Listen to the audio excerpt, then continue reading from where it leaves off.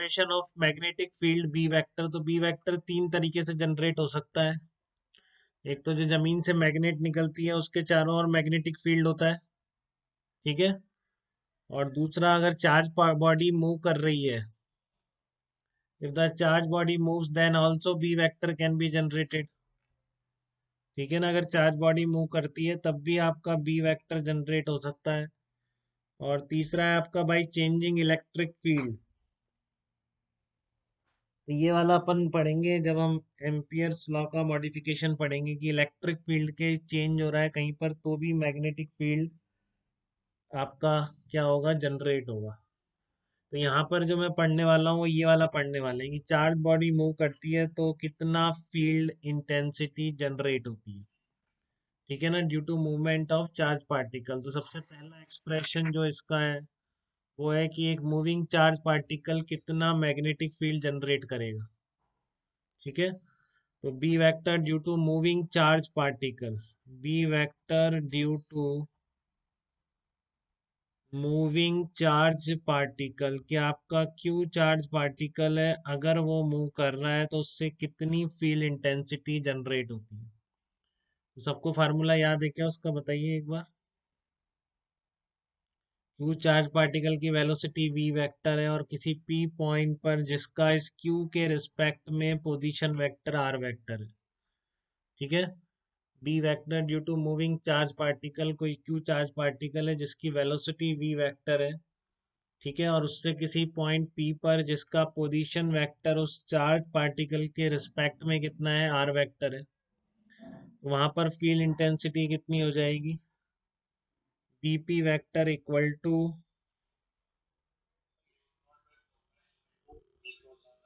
हाँ बिल्कुल बेटा, mu naught Q V cross R upon 4 pi R cube field intensity, ठीक है। यहाँ पर म्यू नॉट कितना आएगा आपका, 4 पाई इंटू 10⁻⁻⁷ टेस्ला मीटर पर एम्पियर आ जाएगा, ठीक है। और इसी से बिल्कुल जैसे मैंने वहां पर डिराइव किया था, हाँ, क्यू चार्ज पार्टिकल के कारण जिस तरह से मैंने डिराइव किया था कि पहले क्यू चार्ज पार्टिकल पर फोर्स निकाला और फिर करंट एलिमेंट पर फोर्स निकाला, ठीक है ना। तो बिल्कुल उसी तरीके से यहाँ भी आप प्रोसीड करते हुए इस क्यू चार्ज के कारण निकाला है आपने, और आप यहाँ से भी बायो सावर्ट्स लॉ निकाल सकते हैं। अब ये बायो सावर्ट्स लॉ कहलाता है, ठीक है ना। क्या कहलाता है, स्पेलिंग तो लिखी नहीं मैंने यार। बायो सावर्ट्स लॉ होता है, बायो सावर्ट्स लॉ आप पहुंच सकते हैं। बायो सावर्ट्स लॉ होता है करंट कैरिंग एलिमेंट के कारण कितना होगा। तो वैसे की वैसे डीएल वेक्टर बनाते हुए वो वीडी वेक्टर, और डीएल को वीडी इंटू डीएल वेक्टर लिखते हुए पूरी वैसी कहानी से आप इससे इसमें भी पहुंच सकते हैं कि मान लो आई करंट फ्लो हो रहा है तो इस डीएल वेक्टर है आपका, ये डीएल लेंथ का एलिमेंट है, और डीएल वेक्टर इस डायरेक्शन में होगा, तो किसी पॉइंट पी पर इसके कारण एलिमेंट के कारण फील्ड कितना होगा। तो बीपी वेक्टर किसके बराबर हो जाएगा आपका, mu naught I DL vector cross R vector upon 4 pi R cube आ जाएगा। ये आर वेक्टर इसका पोजीशन वेक्टर है पी पॉइंट। ये बायो सावर्ट्स लॉ कहलाता है। दोनों आपको एकदम याद होने चाहिए, मूविंग चार्ज पार्टिकल के कारण फील्ड इंटेंसिटी और करंट कैरिंग वायर के कारण फील्ड इंटेंसिटी, ठीक है। डायरेक्शन कैसे देखोगे आप, डायरेक्शन क्रॉस प्रोडक्ट से भी देख सकते हो, ठीक है ना। डायरेक्शन आप क्रॉस प्रोडक्ट से भी देख सकते हो, और या फिर आप डायरेक्टली इस राइट हैंड थंब रूल से भी देख सकते हो। तो देखो मैं एक बार दोनों बना दे रहा हूँ। डायरेक्शन ऑफ बी वेक्टर,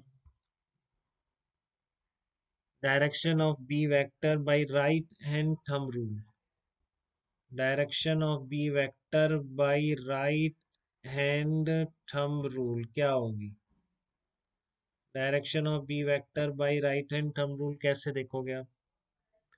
देखो ये है राइट हैंड थंब रूल की, मान लो इस तरह का करंट फ्लो हो रहा है और आपका थंब की डायरेक्शन इधर है, तो आपका अपने जो फिंगर्स का कर्ल है, ठीक है ना, वो आपके मैग्नेटिक फील्ड को रिप्रेजेंट करता है, कि अपने थंब को आप करंट कैरिंग डायरेक्शन में, से डायग्राम से काफी क्लियर हो रहा होगा आपको, ठीक है।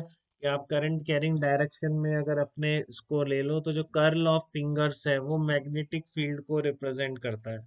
ठीक है, आप देख लो चाहे से, आपको तो क्रॉस प्रोडक्ट तो आता है, तो इसकी वजह से देखो पहले, मान लो इधर ये करंट जा रहा है और इस पी पॉइंट पर डायरेक्शन देखनी है, तो डीएल वेक्टर इधर है, तो किसी भी एलिमेंट से ले लो एक, अगर एक करंट के जितना एक स्ट्रेट वायर है ना बेटा, तो इसके एक तरफ के सारे पॉइंट पे डायरेक्शन सेम होगी, दूसरे तरफ पर सेम होगी उसी प्लेन में।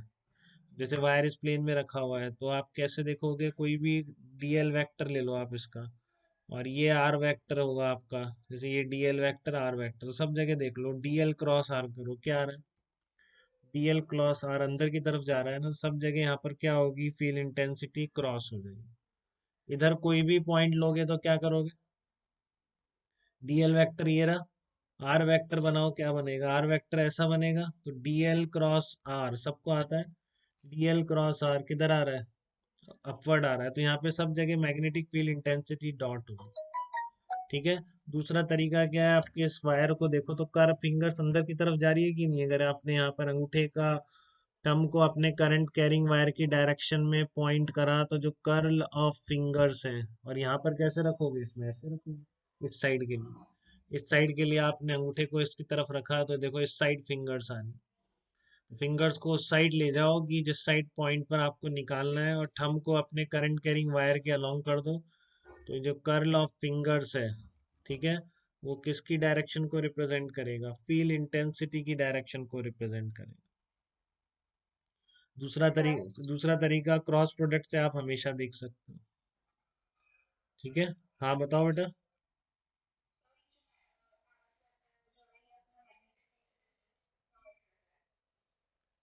नहीं, हमको मैग्नेटिक फील्ड निकालना है, तो करंट कैरिंग वायर से डिस्टेंस प्रोवाइड कर रहा है, हमारा पर्पज यहाँ फील्ड इंटेंसिटी निकालना है। ठीक है ना, तो जिस पॉइंट पे निकालना है उसकी करंट कैरिंग एलिमेंट के रिस्पेक्ट में पोजीशन वेक्टर आर वेक्टर। ठीक है, बात इसी तरह समझ आ गई क्या आपको। कल वेव वेव की क्लास अटेंड नहीं करी थी क्या आपने, फिर आपने पढ़ा भी नहीं, वेव वीडियो से पढ़ा कि नहीं, टल जाएगा ना बेटा फिर वो, पढ़ो उसको जल्दी आप, ठीक है ना। नहीं नहीं, 2 लेक्चर पीडीएफ खत्म हुई है, बस 2 लेक्चर पीडीएफ, तो 2 लेक्चर पीडीएफ का पढ़ लीजिए आप बस। नेक्स्ट क्लास नेक्स्ट वीक है, इस वीक तो नहीं है, वो बताऊंगा अभी, टाइम है नहीं उसका भी। ठीक है ना, मैं बताऊंगा। तो देखो आप इस तरह से और डायरेक्शन देखना चाहते हैं, तो जैसे मान लो इस तरह का डॉट वायर है, ठीक है ना, तो डॉट वायर के कारण फील्ड लाइंस कैसी होती हैं, सर्कल में होती हैं बेटा ये, क्योंकि magnetic field lines close loop बना सकती हैं। ठीक है ना, magnetic field lines close loop बना सकती हैं। तो यहाँ पर इस पूरे सर्कल के किसी भी पॉइंट पर आपको इस वायर से देखनी है, तो ये तरीका भी बहुत सही रहता है कि आपने वायर को होल्ड कर लिया थंब ऊपर की तरफ, तो कर्ल ऑफ फिंगर्स हमेशा आपको क्या दे देगा, ठीक है ना, डॉट का मतलब करंट बाहर की तरफ आ रहा है, इसमें यहाँ पर एक करंट कैरिंग वायर रखा हुआ है इस तरह से। ठीक है, इस तरह से करंट कैरिंग वायर रखा हुआ है, तो इस प्लेन पर, कॉपी के प्लेन पर कोई सर्कल है इस तरह का, तो इस सब जगह आपको फील इंटेंसिटी लिखनी है। ठीक है, तो डायरेक्शन कैसे देखेंगे, आप करंट की डायरेक्शन में थंब को होल्ड करो, तो कर्ल ऑफ फिंगर्स जैसे घूमता जाएगा, इस पॉइंट पे देखनी है तो ऐसे आ जाए, इधर देखनी है तो ऐसे आ जाए, आप अपनी कर्ल्स को फिंगर्स के उस साइड ले जाओ जहाँ देखनी है, ऊपर देखनी है इधर आ जाए। और ये बताइए कि डीएल क्रॉस आर से 90 डिग्री पर आना है, तो डीएल वेक्टर ऊपर की तरफ है, आर वेक्टर उधर है, तो जो भी आप प्लेन बनाएंगे, जैसे डीएल वेक्टर और आर वेक्टर इस पॉइंट का ऐसा हो गया, तो ये जो प्लेन बन रहा है यहाँ पर, ठीक है ना, ये जो प्लेन बन गया इसके परपेंडिकुलर आएगी, तो आप चाहे से कर्ल ऑफ फिंगर से देखें या डीएल क्रॉस आर से देखें, किसी से भी देख लो,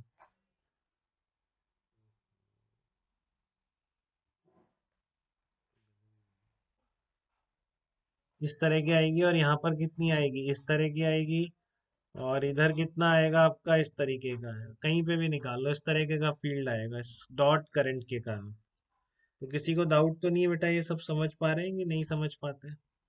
क्रॉस करंट है आई, इस पी पॉइंट पर फील्ड किधर होगा बताओ, यहाँ पर करंट वायर ऐसे जब करंट जा रहा है, तो पी पॉइंट पर फील्ड इंटेंसिटी की डायरेक्शन किधर होगी, कैसे बनाओ?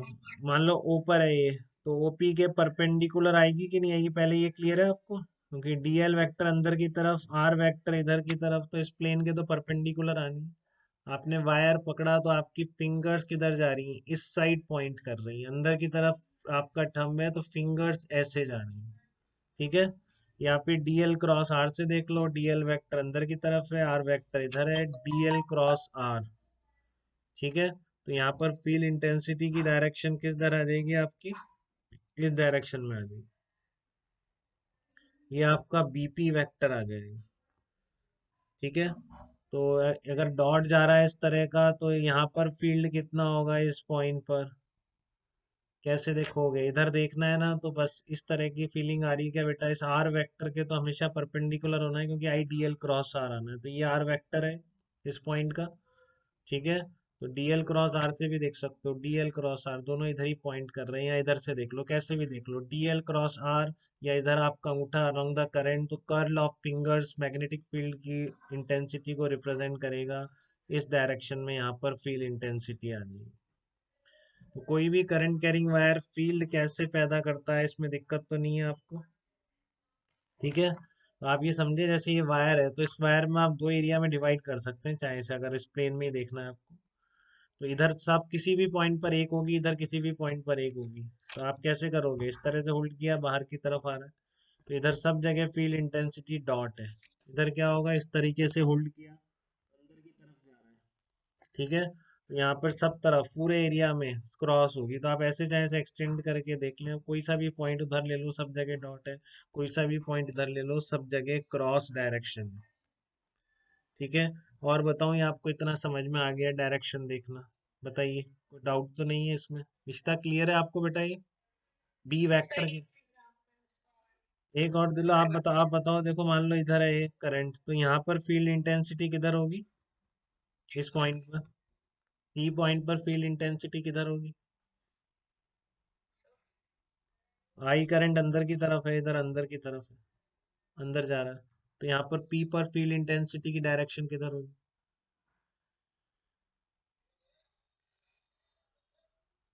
आर वेक्टर यही है आपका, आर वेक्टर।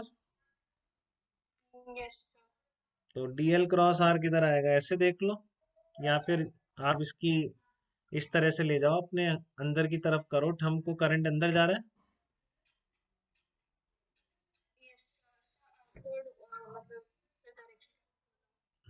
राइट साइड या लेफ्ट साइड, ये बता दो। इस तरीके से जा रहा है, ऐसे करो, इसको अंदर की तरफ करो। तो ऊपर तो ऐसे आ रही है, यही हाथ आपका नीचे जाएगा तो इधर आएगी ना करंट, लेफ्ट आएगी। इधर है ना? हाँ, इधर आएगी। क्लियर है बेटा?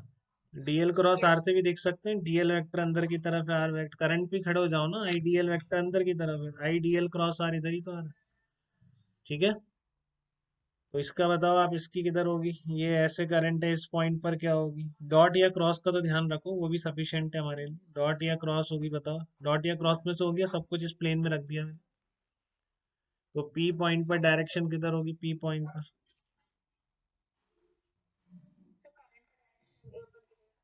हाँ, करंट का डायरेक्शन इधर है, तो पी पॉइंट पर फील्ड इंटेंसिटी की डायरेक्शन किधर होगी?